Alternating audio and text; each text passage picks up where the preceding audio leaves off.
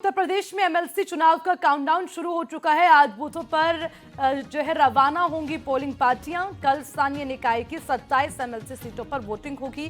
12 अप्रैल को उम्मीदवारों की किस्मत का फैसला होगा। ये बड़ा अपडेट आपको दे दें, आज से सभी पार्टियां बूथों की ओर रवाना कर चुकी हैं। कल स्थानीय निकाय की 27 एमएलसी सीटों पर वोटिंग होनी है और उसी को लेकर तैयारियां जोरों पर है और 12 अप्रैल को उम्मीदवारों की किस्मत का फैसला होगा। देखिए, कुछ ही समय बाकी रह गया है और उसी के साथ अब तैयारियां भी शुरू हो चुकी हैं। एमएलसी चुनाव को लेकर काउंटडाउन भी शुरू हो चुका है। यूपी में एमएलसी चुनाव हैं और उसी को लेकर तैयारियां जोरों पर चल रही हैं। हालांकि 12 अप्रैल को नतीजे आएंगे, लेकिन उससे पहले आज बूथों पर रवाना होंगी पोलिंग पार्टियां। सभी पोलिंग पार्टियां पहुंचेंगी और उसी के साथ कल स्थानीय निकाय की 27 एमएलसी सीटों पर वोटिंग होनी है, जिसके लिए आज से ही जिनकी भी ड्यूटी होगी वो सभी अपनी अपनी जगहों पर तैनाती देंगे। उत्तर प्रदेश में एमएलसी के चुनाव हैं और ये भी काफी मायनों में बेहद अहम है राजनीति के लिहाज से।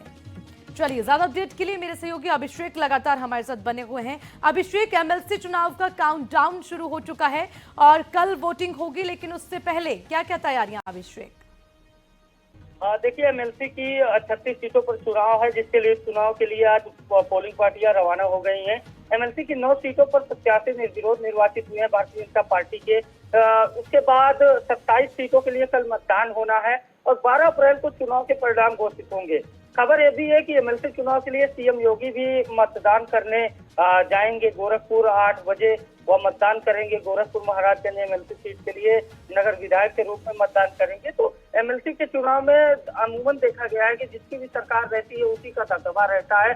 तो ऐसे में कहीं न कहीं सत्ता पक्ष यानी भारतीय जनता पार्टी एक तरफा जीत दर्ज करती हुई दिख रही चुनाव में। जिस तरह से 9 उम्मीदवार भारतीय जनता पार्टी के निर्विरोध निर्वाचित हुए हैं, उसके बाद अब 27 सीटों पर चुनाव है। तो कहीं ना कहीं 27 सीटों में से बड़ी संख्या में भारतीय जनता पार्टी की सीटें निकलना बताई जा रही हैं, क्योंकि सत्ता पक्ष के पास एक एडवांटेज होता है। जो अमूमन वोटिंग करते हैं ग्राम पंचायत स्तर के जो प्रधान होते हैं या क्षेत्र पंचायत स्तर के जो क्षेत्र पंचायत सदस्य होते हैं, जिला पंचायत सदस्य होते हैं, स्थानीय विधायक होते हैं, सांसद होते हैं। एमएलसी के चुनाव में सत्ता को इसलिए स्थानीय निकाय में चुना जाता है, जो कि सत्ता के साथ रहकर एक विकास कार्य करने का दावा किया जाता है। और जो अमूमन ग्रामीण स्तर पर लोग वोटिंग करते हैं, ग्राम प्रधान या क्षेत्र पंचायत सदस्य, उन्हें भी पता होता है कि अगर सत्ता का एमएलसी चुनकर आएगा तो कहीं न कहीं क्षेत्र के विकास को गति मिलेगी। इसी वजह से जो सत्ता का दबदबा होता है चुनाव में देखने को मिलता है।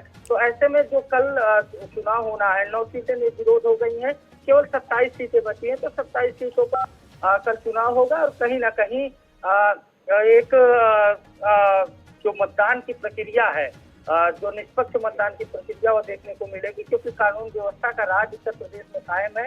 तो ऐसे में कहीं ना कहीं जो चुनाव है वो बेहद शांतिपूर्ण तरीके से संपन्न होगा और सत्ता पक्ष को इस चुनाव में एडवांटेज मिलती दिखाई दे रही है। चलिए अभिषेक, आप नजर बनाए रखिएगा, बने रहिएगा मेरे साथ, मैं आगे भी आपसे अपडेट लूंगी।